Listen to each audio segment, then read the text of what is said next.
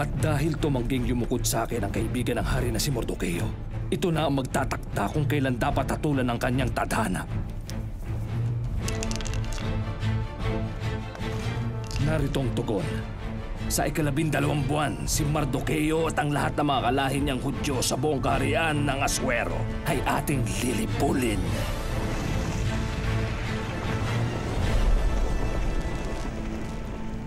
Haman! Kinagagala ko makita ka, kaibigan. Mawalang galang na, mahal na hari. Meron po akong masamang ibabalita. Sa lahat ng panig ng inyong kaharian ay may isang lahi ng mga tao na may sariling batas na iba sa alinmang lahi. Hindi po sila sumusunod sa inyong utos. At makakasama po kung pababayaan nyo lang sila ng ganito.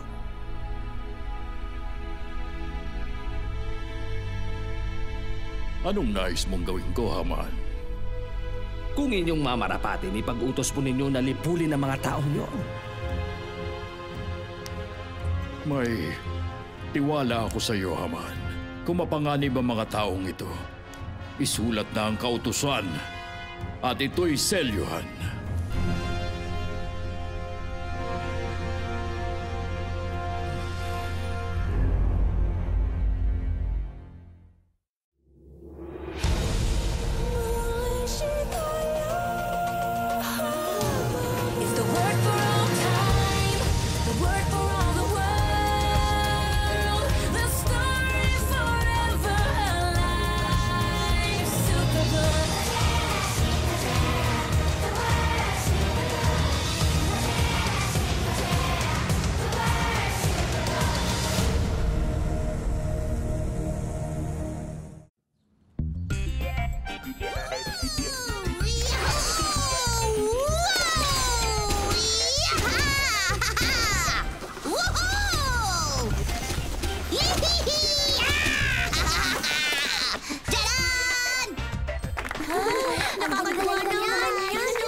Bilang President ng Girls Leadership Club, nagpapasalamat ako dahil isinama mo si Gizmo para tulungan kami mag-decorate, Joy.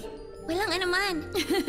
Sayang, hindi mo siya pwedeng i-nominate para sa club membership. Anong ibig mong sabihin? Kasi 6 na buwan ka ng member, kaya pwede ka nang mag-rekomenda ng estudyanteng pwedeng maging member. Pwede ka mag-recommend sa meeting mamaya pagkatapos ng klase.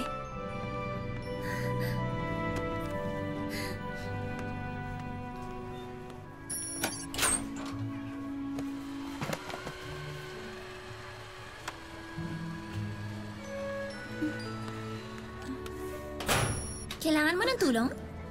Oo. Wala pa kasi sa GPS ko ang mapa ng eskwelahan. Kaya, naliligaw ako. Hinahanap ko yung room 12. Dan lang yun. Ituturo ko sa'yo. Ako si Bonnie Scott. Ako si Joy Pepper. Baguhan ka, no? Alam mo, 1 linggo na ako rito pero ikaw ang unang kumausap sa akin. Wow! Algebra! Alam mo ba, hirap na hirap ako sa math? Pwede kitang tulungan gumawa ng homework mo kahit anong oras. Kita tayo ulit, Joy. Janice, alam ko na kung sinong ire-recommend ako sa club membership mamaya. Yung babaeng yun na naka-wheelchair? Huh? Oo. Alam mo, hindi siya pwede sa club natin, Joy. Hindi niya magagawa yung service projects, makaka-cheer sa games. Hindi niya kaya gawin ang mga yun. Kaya niya yun! Alam mo, hindi makakabuti sa'yo yung naiisip mong i-recommenda, Joy.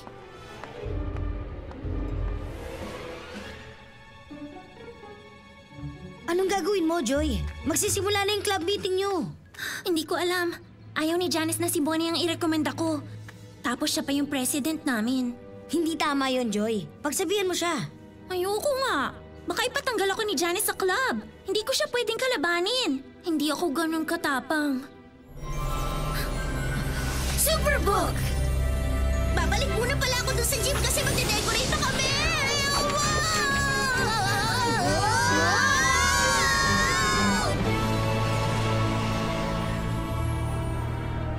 Ipakikilala ko sa inyo ang isang taong nagkaroon ng lakas ng loob na panindigan kung ano ang tama, ano man ang mangyari.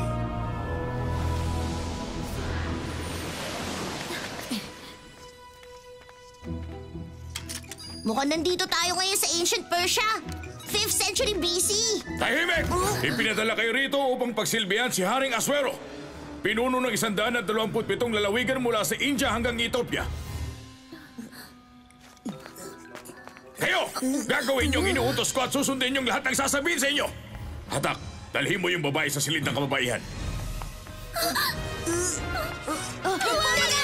Joy! Dadalhin ko naman tong dalawa para may mautusan ako sa kwadra.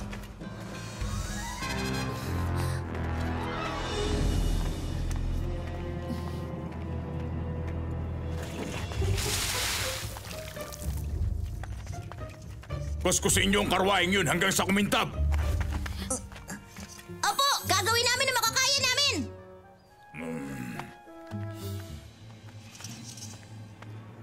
Tara na, Gizmo. Hanapin natin si Joy. Halika na, Gizmo. Bilisan mo! Hindi ako pwedeng umalis. Nangako ako sa lalaking yun na lilinisin ko ang karwaheng to hanggang sa kumintab.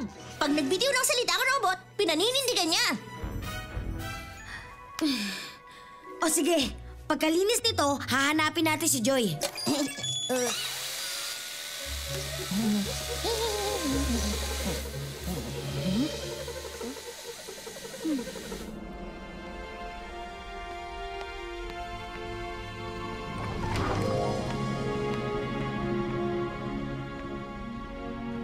Wow! Ang ganda naman! Anong pangalan mo, Iha? Kamusta po? Ako po si Joy. Yuyukod ka pagkausap mong Reyna. Ang Reyna? Naku, hindi ko po alam. Hindi mo mahahalata dahil hindi ko suot ang korona ko.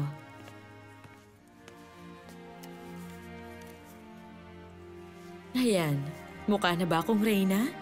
Naku, opo. Alam niyo po, napakaganda ninyo. Si Reyna Vashti ang unang may-ari ng koronang ito bago siya kinamuhian ng hari. Meron pong unang naging Reyna bago kayo? Mukhang mula siya sa malayong bayan kaya hindi niya alam ang tungkol ron, Hatak. Opo, tama kayo. Mula ako sa napakalayo. Nung hindi nalugod si Haring Aswero kay Reyna Vashti, nagsimula siya maghanap ng papalit sa pwesto nito. Maraming kababaihan ang dinala sa palasyo at kung sino ang higit niyang kalugdan, yun ang naging bagong Reyna. At kayo po ang pinakanagustuhan ng hari, hindi po ba?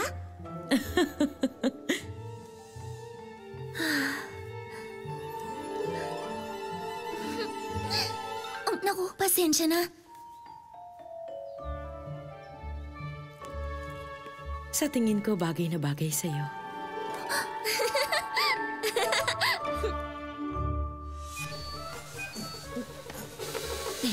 Ayan, tapos na. Pwede na ba natin hanapin si Joy? Baka yun na nga ang dapat nating gawin. O sige, tara na!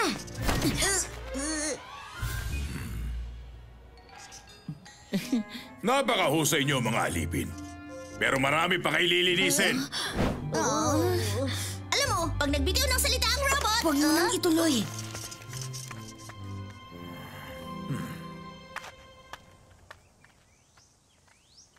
Kamahalan, nakita ko po ang pinsan ninyo dun sa may tarangkahan ng palasyo. Meron po kayong pinsan? Oo, si Mardocheo. Itinuring niya akong anak. Siya mismo ang nagdala sa akin dito upang maging Reyna. Pinalaki kayo ng lalaking yun? Pero mukha siyang marungis. Oo nga. Nakasuot siya ng sako at may abo sa ulo. Yun ang kasuotan ng mga nagluluksa. Hatak, ikaw ang pinaka-pinagkakatiwalaan kong alipin. Kausapin mo si Mardocheo sa ngalan ko. Masama ang kutob ko. Magbigay pugay sa punong ministro ng mahal na hari! Yumukod kayo!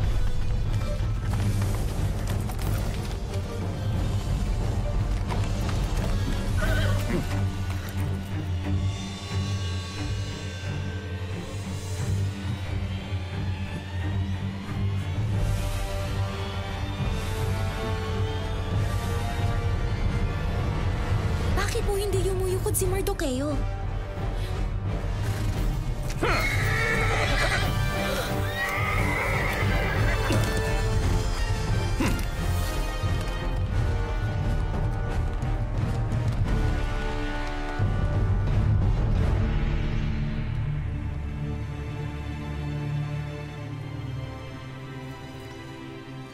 Bakit po ayaw yumukod ni Mardocheo? Muntik na siyang mapahamak. Mukhang mapapahamak nga siya balang araw. Makapangyarihang tao si Haman. Pero mas makapangyarihan po ang hari, hindi ba? Kausapin niyo siya. Sabihin niyong dapat siguraduhin ligtas si Mardocheo. Hindi ko pwedeng sabihin kay Haring Aswero kung anong gusto kong mangyari, Joy. Bakit po hindi? Asawa niyo siya, hindi ba? Ngunit siya rin ang hari. Ni hindi ko siya maaaring dalawin hanggat hindi niya ako pinatatawag. Yun ang batas. Naku. Mahirap nga po talagang manindigan sa harap ng mga taong namumuno. Oo. Kailangan malakas ang loob mo. At hindi ako ganun katapang.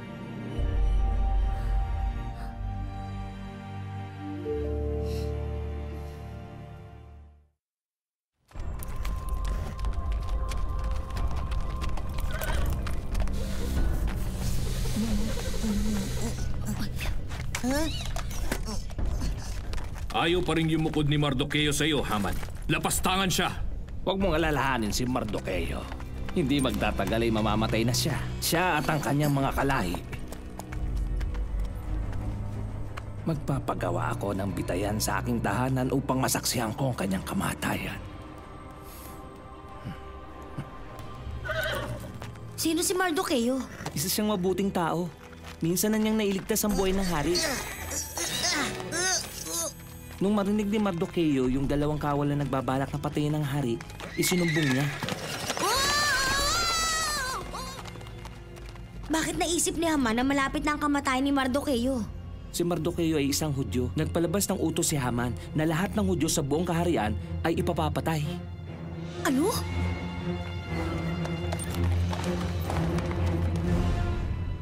Ang kautosang itong ipinagluluksa ng pinsan ko. Nagsinungaling si Haman para ipatupad ito. Kailangan mo'y magsabi sa hari. Naniniwala si Mardocheo na panahon na para manindigan kayo para sa inyong mga kalahi. Mga kalahi? Oo. Isa akong Hudyo, katulad ng pinsan ko. Ngunit hindi ito alam ni Haring Aswero.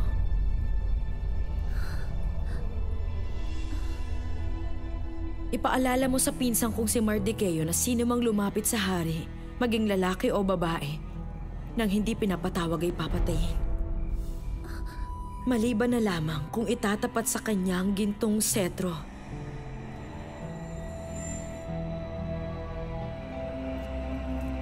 Ngunit maging ang mahal na reyna ay hindi pinalalapit sa hari 30 araw na nakalilipas.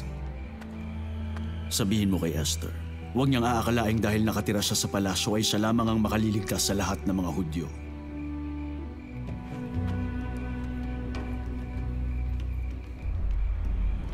Sabi ni Mardocheo, kapag ipinagwalang bahala mo ang pangyayaring ito, tiyak na may magliligtas din sa mga Hudyo. Ngunit malilipol ka at ang iyong angkan.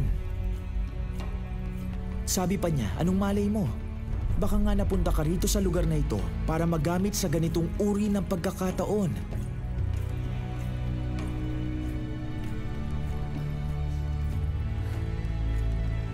Mali ang ginawa ni Haman. Kailangan kong kausapin ang hari. Gusto kong tipunin mo ang lahat ng Hudyo rito sa Susan at ipag-ayuno ninyo ako. Huwag kayong kakain o iinom sa loob ng 3 araw at 3 gabi. Mag-aayuno rin kami ng aking mga katulong. Pagkatapos, pupunta ako sa hari. Kahit ito'y labag sa batas. Kung itatapat sa akin ang gintong setro, mabubuhay ako. Kung hindi, ako'y mamamatay. Handa akong manindigan sa ngalan ng kung ano ang tama. At kung dapat ako mamatay, ako ngayon mamamatay.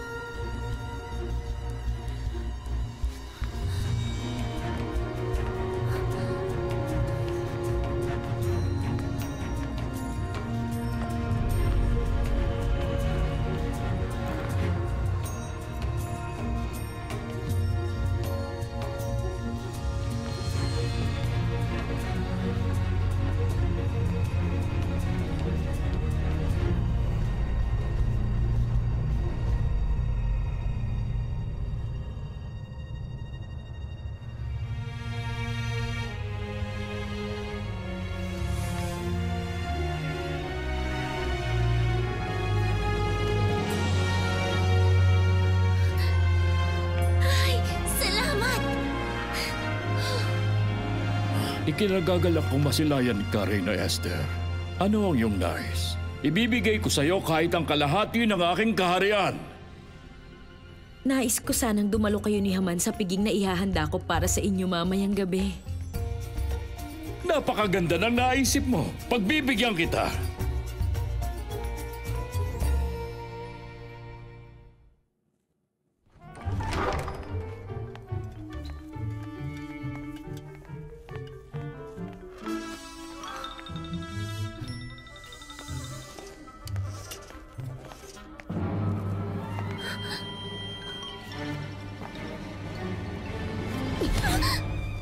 Joy, nahanap ka rin namin. Uy, Joy! Ilang araw tayong di nagkita!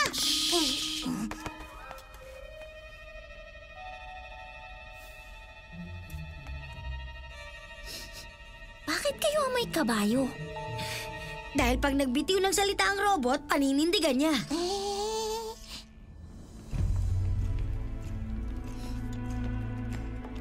Ano bang nangyayari? Kagabi, naghanda ng piging si Reyna Esther para sa hari at kay Haman na paborito nitong ministro.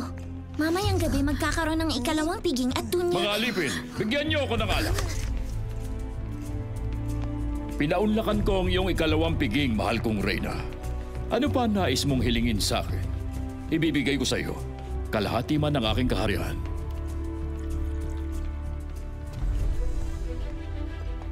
Kung inyo pong mamarapatin, mahal na hari, nais ko po sanang hilingin na ako at ang aking mga kalahi ay inyong iligtas. Sapagkat kami po ay pinagbili. Ipinagbili ka at ang iyong mga kalahi? Sapagkat mahal na hari, kami po ay ipinagbili para patayin at lipulin upang alipinin. Yun po ang katotohanan. Kung kami ipinagbili upang maging alipin, magsasawalang kibo na lamang po ako. Hindi ko na kayo gagambalain pa, subalit kami po ay nililipol na. Sino siya? At nasaan siya? Sino ang may pakana ng kalapastangan ito? Ang aming kaaway at taga-usik, ang masamang si Haman. Ikaw! Pero...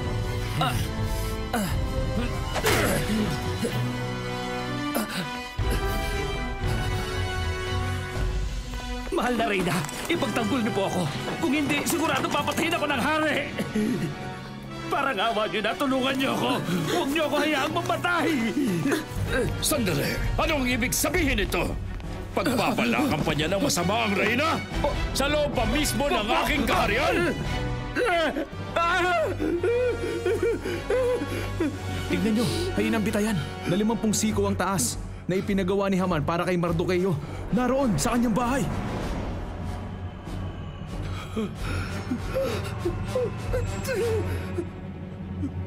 Bitayin siya doon.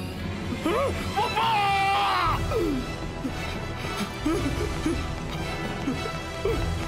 Wag! Wag! Papa! Wag! Wag!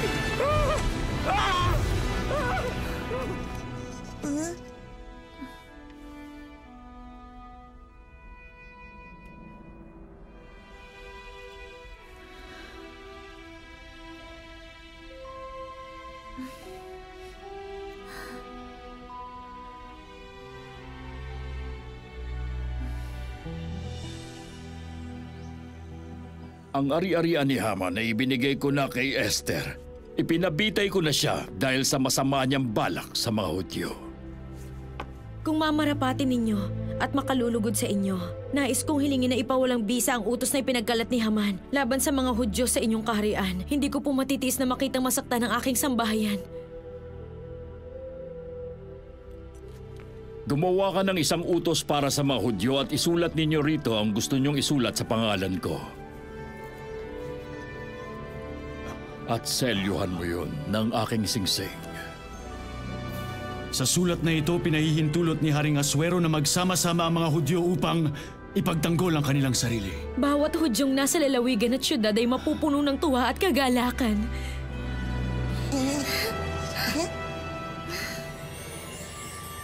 Superbook!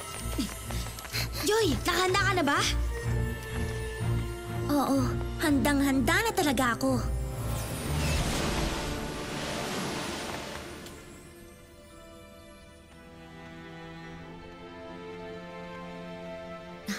Nagsisimula na yung meeting niyo sa Girls Leadership Club, Joy. Good luck! Hindi ko kailangan ng swerte. Kasama ko lagi ang Diyos para tulungan akong panindigan ng tama. Joy, hinihintay ka namin. Handa ka na bang magrekomenda? Oo. Gusto kong isali si Bonnie Scott. Ano? Matalino si Bonnie. Mabait siya at nakakatuwa kaya mapapakinabangan siya sa club. Sige, pwede nating pagbotohan pero parang mali ang napili mo, Joy. Kung sinong may gustong isali yung baguhang naka-wheelchair sa club natin, taas ang kamay.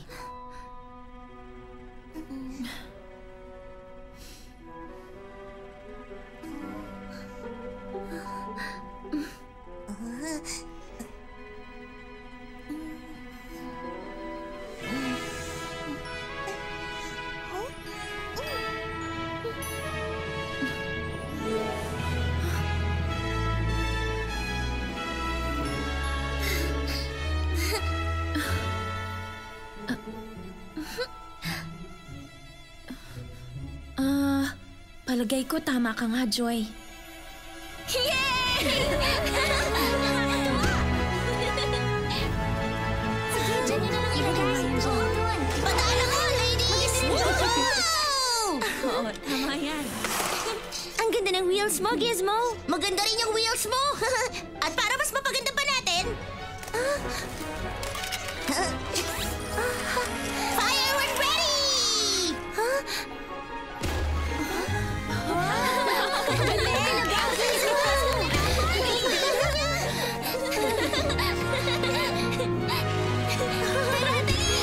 Dito tayo!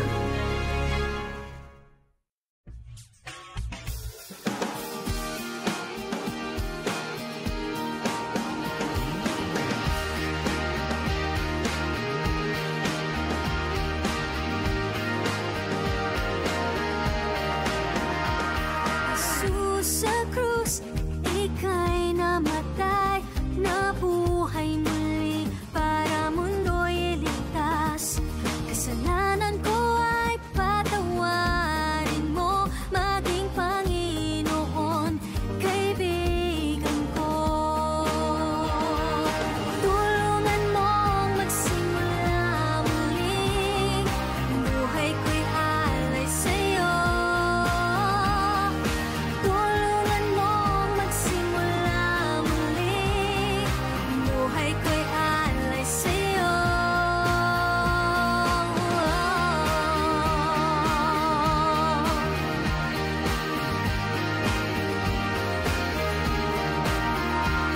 Jesus sa krus, ika'y namatay, nabuhay muli para mundo'y iligtas. Kasalanan ko ay patawarin mo, maging Panginoon, kaibigan ko. Tulungan mong magsimula muli, buhay ko'y alay sa'yo. Tulungan mong magsimula muli, buhay ko'y alay sa'yo.